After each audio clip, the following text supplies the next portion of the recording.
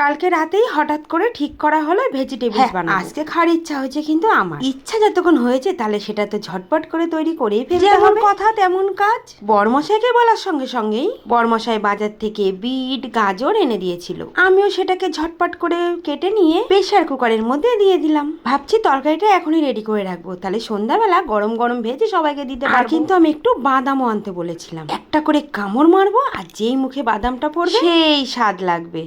দেখো সমস্ত সবজিগুলো কিন্তু আমার সেদ্ধ হয়ে গেছে, আলুটা বেশ সুন্দর সেদ্ধ হয়েছে, কিন্তু ওইদিকে কড়াইও কিন্তু আমি তেল বসিয়ে দিয়েছি। অতিরিক্ত তেলটা গরম হলে কিন্তু চলবে না, একদম মিডিয়াম ভাবে বাদাম ভেজে নিতে হবে, কারণ পুড়ে গেলে যে খেতে একদম ভালো লাগবে না। একটা ভুল কিন্তু আমি করে ফেলেছি, বাদামগুলো ভেজে দিয়ে তুলে রাখবো সেটাই ভুলে গেছি, সেই জন্য আর খোলা ছাড়ানো হয়নি। বাদামের মধ্যে দিয়ে দিয়েছি 5 ফোড়ন আর বেশ কয়েকটা শুকনো লঙ্কা, তারপরে দিয়ে দিলাম আলু গাজর আর বিট। তোমাদেরকে তো বললামই এটা কিন্তু আমি সেদ্ধ করে রেখেছিলাম, আর হ্যাঁ সেদ্ধ করার সময় কিন্তু আমি লবণ দিয়ে দিয়েছিলাম বেশ খানিক। আচ্ছা দেখো তো তরকারিটা দেখতে কেমন হয়েছে? খুব সুন্দর হয়েছে বলো দেখতে।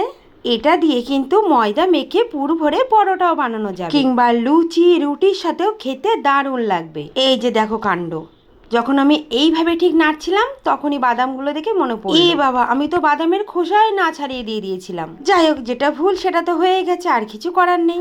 আর খেয়াল রাখতে হবে যাতে তরকারিটা খুব ভালোভাবে শুকিয়ে যায়, নাড়তে নাড়তে কড়া থেকে একদম উঠে আসবে, তখনই বোঝা যাবে যে এবার কিন্তু গোলপাকটা ঠিক আসবে। চপ সিঙ্গারা ভেজিটেবলস এইগুলোর মেন হচ্ছে তরকারি করাটা। দেখো এত সুন্দর পাক এসছে, আনন্দ একটু ফুটবলও খেলে নিলাম। যেহেতু আমি ভেজিটেবল বানাবো সেই জন্য একটু গোল না করে ডিম বকৃতি করলাম। মরে যায় ঢঙে আর বাঁচি না, মনে হচ্ছে না কি একেবারে রাজকার্য করে ফেলেছি বাপু। কিন্তু কি বলতো, সে যেমনই হোক না কেন নিজে হাতে করেছি, তাও আবার এই প্রথমবার, আনন্দ তো লাগবেই বলো। আরেকটা কথা বলতে তো তোমাদের ভুলেই গেছি, সন্ধ্যাবেলা কিন্তু আমাদের বাড়িতে আসবে।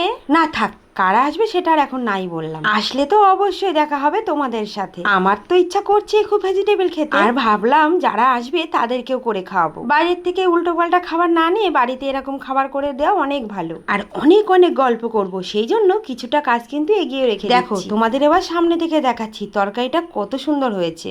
তোমরাও বানিয়ে ফেলো, যারা বানাও তো ঠিক আছে, যাদের কাছে দেখে মনে হয় যে খুব কঠিন ব্যাপার, যেমন আমার মনে হতো, একদমই না। প্রেসার কুকারে সিটি দেবে আর তরকারিটা করে নেবে, শুধু খেয়াল রাখতে হবে তরকারিতে জল যেন একদম না দেওয়া হয় বা বেশি থাকে। বাহ কি সুন্দর দেখতে লাগছে দেখো। এখন এগুলোকে সুন্দর করে ঢেকে রেখে দিই, সন্ধ্যা হতে এখনো অনেকটা সময় বাকি। ফ্রিজে রেখে দিলেও চলে, আবার ফ্যানের তলায় রাখলেও ঠিক আছে। ঠিক আছে পরে দেখছি ফ্রিজে রাখবো না ফ্যানের নিচে রাখবো। এখন তো একটু ভাত খেয়ে নিই, খুব খিদে পেয়ে গেছে। আজকেও কিন্তু ঝোলঝাল কিছুই নিয়ে বসিনি, 2-3 দিন আগে একটু ডাল করেছিলাম, সেটা কিছুটা রয়ে গেছিল। সবার মুখেই খালি শুনি ডাল পোড়া ডাল পোড়া, কিন্তু আমার একদমই এসব খাওয়া হয়ে ওঠে না। আজকে কিন্তু রান্না করেছিলাম সোয়াবিন আলুর তরকারি, কচু দিয়ে আলু দিয়ে বেগুন দিয়ে ঝোল, উচ্ছে ভাজা। কিছুই খেতে ভালো লাগছে না, আজকে খাচ্ছি এই ডাল পোড়া আর আলু ভাতে, সাথে নিয়ে নিয়েছি লবণ লঙ্কা আর লেবু। ভাবছি লঙ্কা আর খাবো না। চলো তো দেখি ভাতটাকে একটু সুন্দর করে মাখিয়ে এই ডাল পোড়া আর কাঁচা তেল দিয়ে খেয়ে দেখি কেমন লাগছে। দাঁড়াও একটু লেবু চিপে নিই।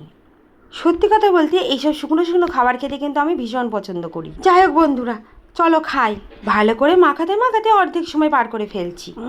ভালো করে মাখিয়ে দিয়ে দিলাম মুখে, সেই স্বাদ।